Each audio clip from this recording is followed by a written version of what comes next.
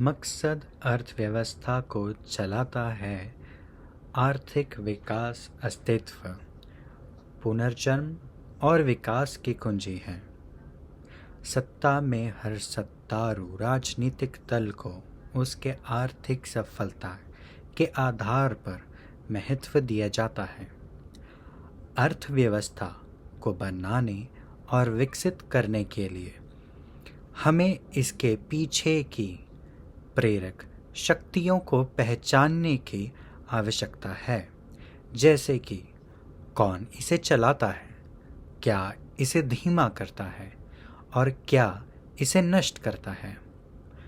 यदि हम आर्थिक रूप से विकसित देशों के उदाहरणों को देखें तो हम यह निष्कर्ष निकाल सकते हैं कि प्रत्येक सफलता की कुंजी मानवीय प्रेरणा है। न मानव संसाधन, न प्राकृतिक संसाधन, न पूंजी या मौजूदा तकनीक तक पहुंच, बल्कि सिर्फ मानवीय मकसद। यह सभी कारक अर्थव्यवस्था के विकास को सुगम बनाते हैं। लेकिन मानवीय उद्देश्य किसी भी आर्थिक विकास का एक प्रमुख चालक है। यह मकसद मुख्य रूप से माल के वितरण पर निर्भर करता है, या अधिक सटीक रूप से उत्पादन का मकसद माल के उत्पादन और वितरण के बीच संतुलन से निर्धारित होता है। कुछ साल पहले सर्बियाई वित्त मंत्री ने कहा था कि राज्य के लिए काम करने वाले श्रमिकों की संख्या लगभग 7,81,000 है। यह देखते हुए कि उस समय सभ्या में कुल 7,05,000 लोग कार्यरत थे।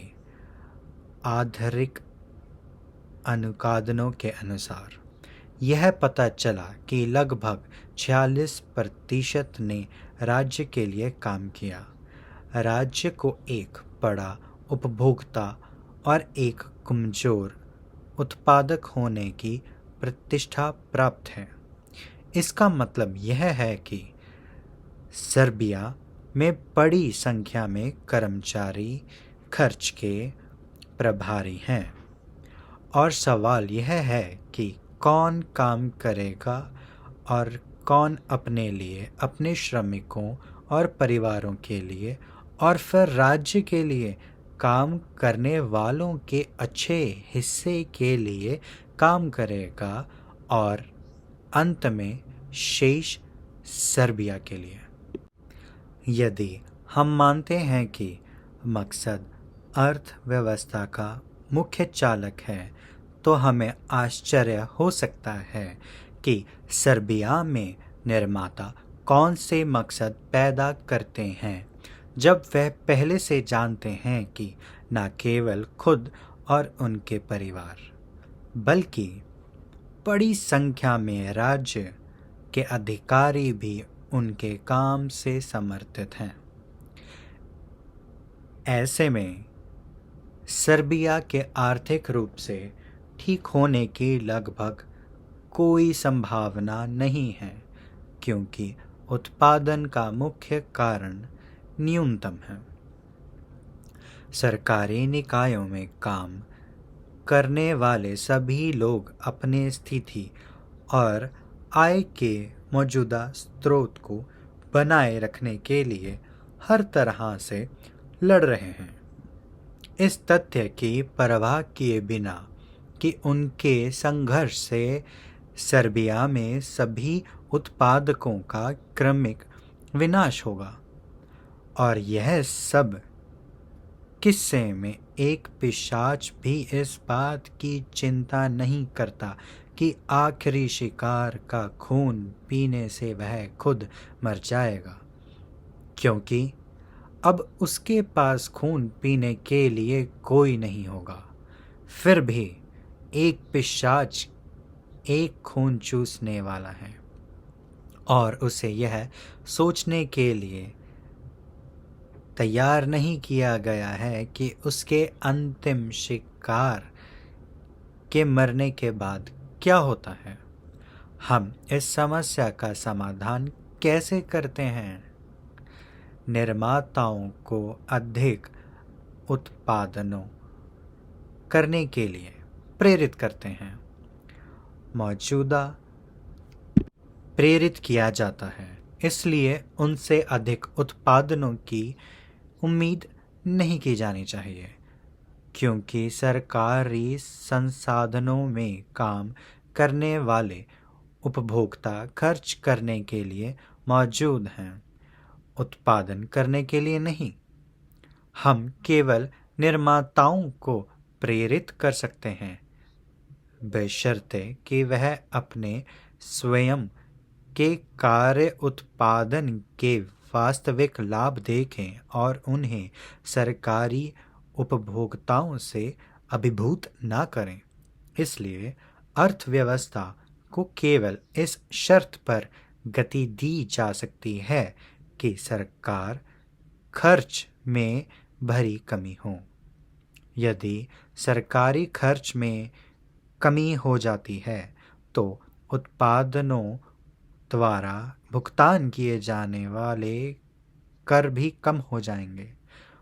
उत्पादनों को उत्पादन बढ़ाने के लिए प्रेरित किया जाएगा, क्योंकि वह अपने उत्पादन के परिणामों का बड़ा हिस्सा अपने पास रखेंगे।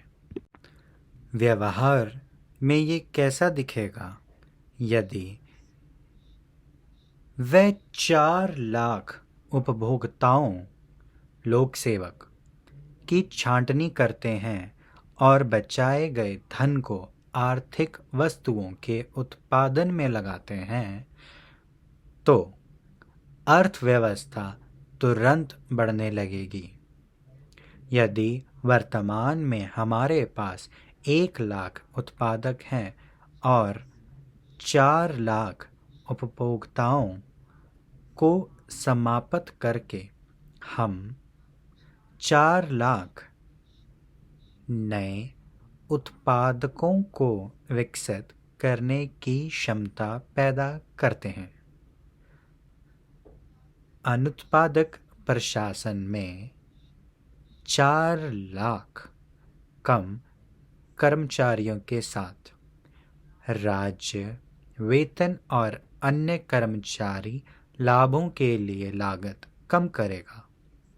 इस पैसे को उत्पादन में लगाने से हम संभावित रूप से लगभग 4 लाख उत्पादक प्राप्त कर सकते हैं, और राज्य इन मुक्त निधियों के साथ मौजूदा और संभावित नए उत्पादकों को ब्याज मुक्त ऋण दे सकता है। निर्माता इन निधियों को सर्बिया में नए उत्पादन के लिए निर्देशित करेंगे और उत्पादन में किसी भी वृद्धि से नए रोजगार सृजित होंगे। इस प्रक्रिया में उत्पन्न अधिकांश राज्य सर्बिया में रहेगा।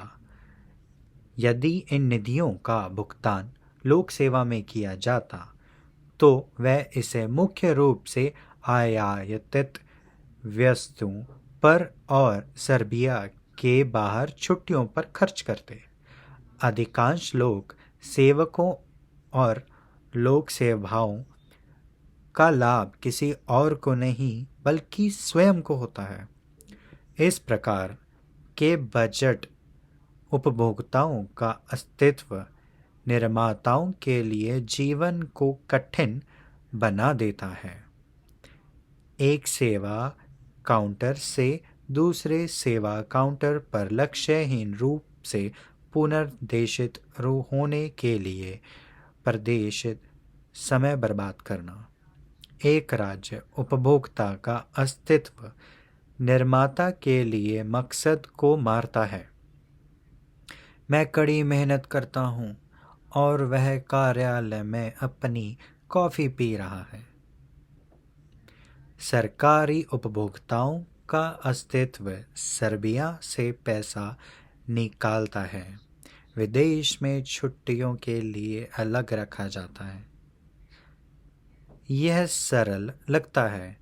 माल वितरण की वर्तमान प्रणाली में उत्पादकों को उत्पादन बढ़ाने के लिए प्रेरित नहीं किया जाता, लेकिन केवल उपभोक्ता नौकरियों को समाप्त करके उत्पादन बढ़ाने के लिए प्रोत्साहन दिया जा सकता है।